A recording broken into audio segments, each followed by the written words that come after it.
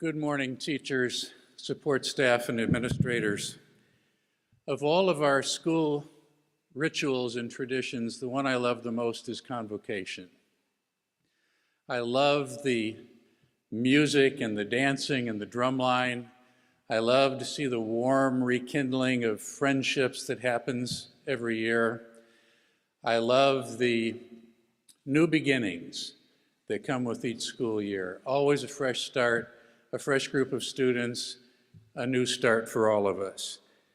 And I love the Convocation event and the theme, and this year's theme I think is perfect, making a difference. As I thought about our theme, I recalled 3 of my former students, and it really evoked very fond memories for me, and so I thought I would share 3 short stories with you about those students, Joe, Amy, and Muhammad, in the hopes that all of the experienced teachers would have similar stories that would come to mind, and all the new teachers could look forward with great expectations of things to come with their students. My story begins about a year ago. I'm at a routine eye exam, sitting in the lobby, and one of the office nurses approaches me and says, "Mr. Hellrung." Not recognizing her, I said, "Yes." She said, "You taught math at Sun Valley High School." And I said, "Yes." She said, "Do you remember my son, Joe?" "Yes, I do." "Do you remember me?" "Yes, I do." She said, "Well, I know that I called you many times with complaints. I thought that you were being way too hard on your students and on my son. Your expectations were too high. You were going too fast. Your grading was too strict. And I wasn't happy about it. And we just had to agree to disagree on what was going on in your class. And by the way, I tried to get my son out of your class, as did some other parents. Thank you, administrators. Thank you, counselors, for keeping them there.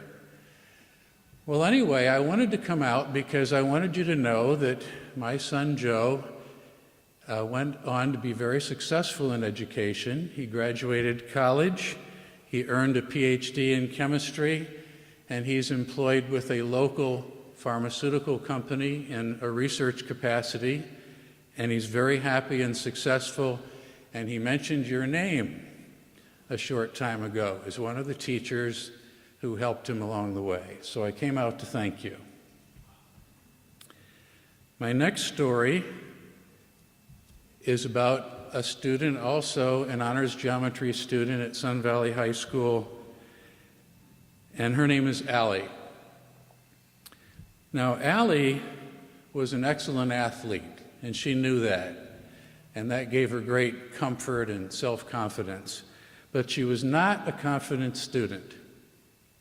She thought she didn't belong in honors geometry. She didn't know why she was there. She was pretty sure she was going to do poorly. So my job with Allie was to convince her that she was there for a reason, that she belonged there, and that she would be successful. So that began a year-long process, and one that even went beyond the year that I taught her, of helping her to understand that. Her mother was very kind, by the way, and very appreciative, and we had a very good relationship. Allie would come by sometimes after school in my classroom, which was usually a hangout for the band kids. But sometimes Allie and her athlete friends would come by as well. Students would come by for some extra help in math or just to hang out. And so I had a very good relationship with Allie. So you can imagine how pleased I was when she was close to graduation and she came to me and said, "Mr. Hellrung, I'm accepted to Widener University and I want to be a teacher." And what could be better than that? So she goes to Widener. Fast forward 4 years later, she is the first female to ever graduate first in her class and be named the Athlete of the Year. She represented the United States playing softball in Europe during her college years. She got a job as a teacher in the Garnet Valley School District, an elementary school teacher. And I learned from Mrs. Jenkins that she is an outstanding teacher because she teaches Mrs. Jenkins' daughter. So Allie has had a wonderful career, and she's doing the best of all possible jobs. And there's one other sidebar that I'd like to just clear up at this moment. Allie applied to work at Unionville Chadds Ford as an elementary school teacher. She applied with my highest recommendation. And I just want Mr. Dutkovich to know that I forgive him.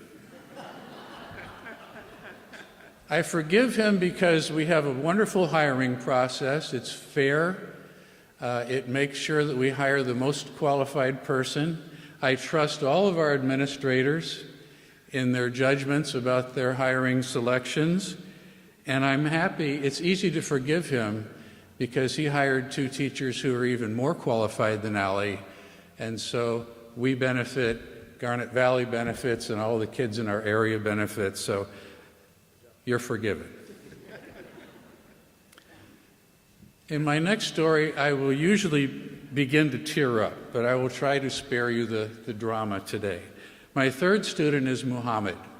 He was a flight student of mine when I was a Navy flight instructor in Pensacola in 1976. Muhammad was from Iran, and we were allies in those days. And it was more difficult for those students because they came from a different culture. They had to learn our language and our customs.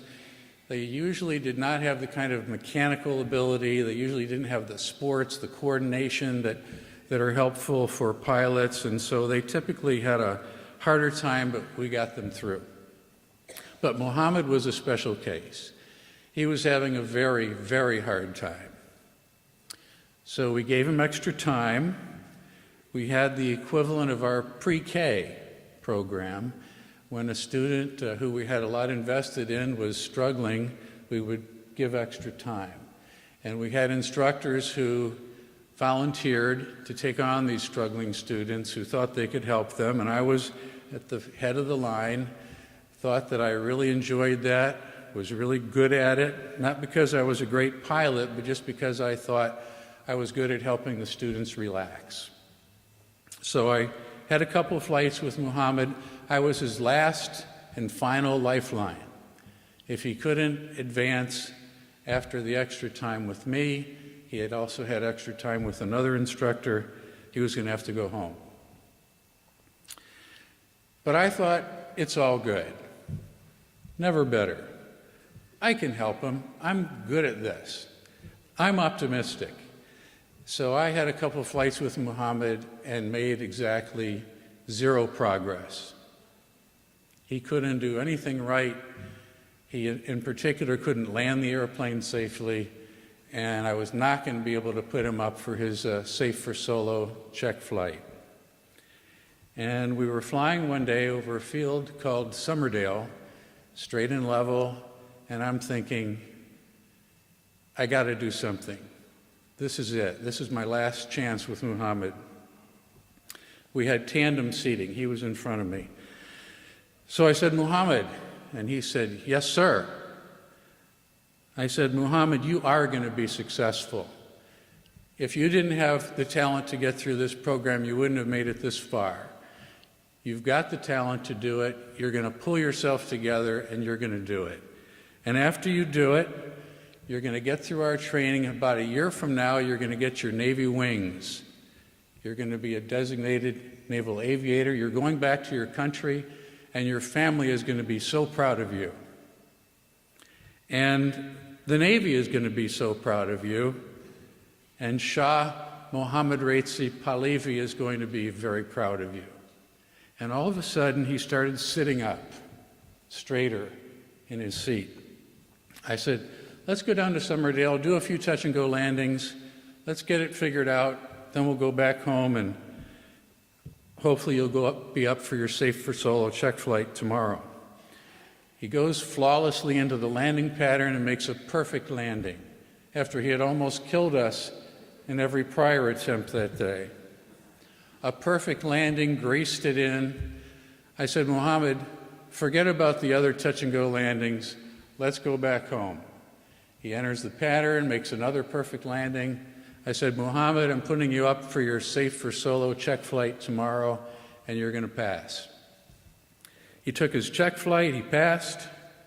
He did his solo the next day. He moved on. And I didn't think too much about Mohammed after that until a little more than a year had passed. I'm home in my rented condominium with my wife and my 1-year-old son, and the doorbell rings. And I open the door, and there is Mohammed in service dress blue with his gold navy wings on his chest, and he's carrying this large bag. He says, Lieutenant Hellrung, do you remember me? I said, of course I do, Mohammed. He said, do you remember what you said to me that day over Summerdale? I said, yes, I do. He said, well, I just got my wings today, and I came by to thank you. And I brought this bag of pistachio nuts from my country as a present for you. So, of course, I invited him in, and we had a nice visit, and he moved on. So, whether or not you are maintaining high standards and high expectations for your students, even in the face of criticism from students and parents, whether or not you're developing new teachers, or whether or not you are developing, or I should say whenever, you are giving students the confidence they need to be successful in life and contributors to society, when you're doing all that, my friends, you're making a difference. It's valued, it's appreciated, and I thank you.